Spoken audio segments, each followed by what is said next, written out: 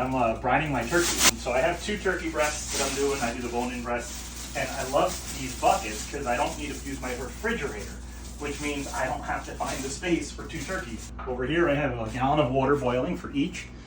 Put that in there with a pound of salt, a pound of honey, and what's cool is you don't have to measure. You don't have to have a scale. This is a pound of salt. This is a pound of honey. You're good to go.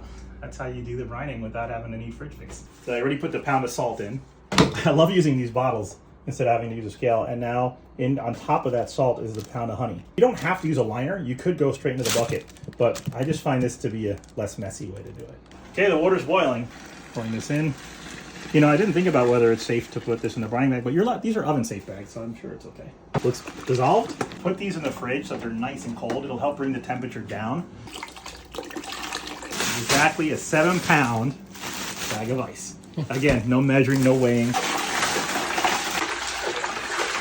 If you have the full turkey, you can do that. This is just the breast. I put the big meaty part in first. When I make my turkey rack, I use turkey legs as my turkey rack. And yet people want to eat them, so I realized I should brine those too. I'll wash my hands, put the lid on, and this goes into my guest room until we're ready to eat. One of my favorite Thanksgiving hacks, I got my 2 breasts ready to go. I use drumsticks and vegetable as my rack. As you can see, I put the thick parts here and here, here and here, so each will cradle one of the turkeys. And I also use the onions to kind of create that rounded shape. And then in between are all the celery, carrots, and garlic. I'm making my rosemary salt. 1 tablespoon of rosemary and 1 tablespoon of salt per turkey. And then you just process it. And there it is. Rosemary salt. These drumsticks, I just use them for gravy.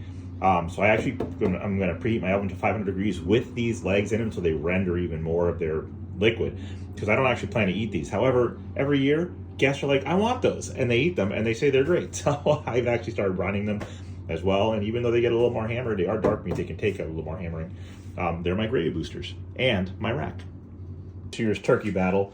They're both gonna be brushed with butter, but one of them is going to have a cheesecloth that's soaked in the butter, and that's supposed to like baste it automatically throughout the whole cook. So does that really work? We're gonna do one without that and one with that, right side by side, and we'll see if there's any significant difference in the turkeys. All right, I soaked the cheesecloth. Well, I got the cheesecloth on there all nice, and then I realized I forgot to put the rosemary salt on, so gotta pull that off and try again. This rosemary salt, I make it on Monday, and then I rub it on. You can see the salt has become a very fine powder. Let's get this cheesecloth on here. Cheesecloth in place. So there's the turkey battle. What's gonna be better? This butter-basted cheesecloth, or just as is? We're gonna find out.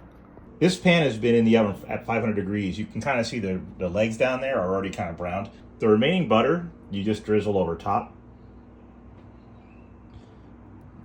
Look at that. This goes into the oven. All right, we've taken the turkeys out of the oven. Definitely got nice and brown. Which one looks better? I think this one looks better, and this is the one that had the cheesecloth. This is the one that didn't. So we'll see.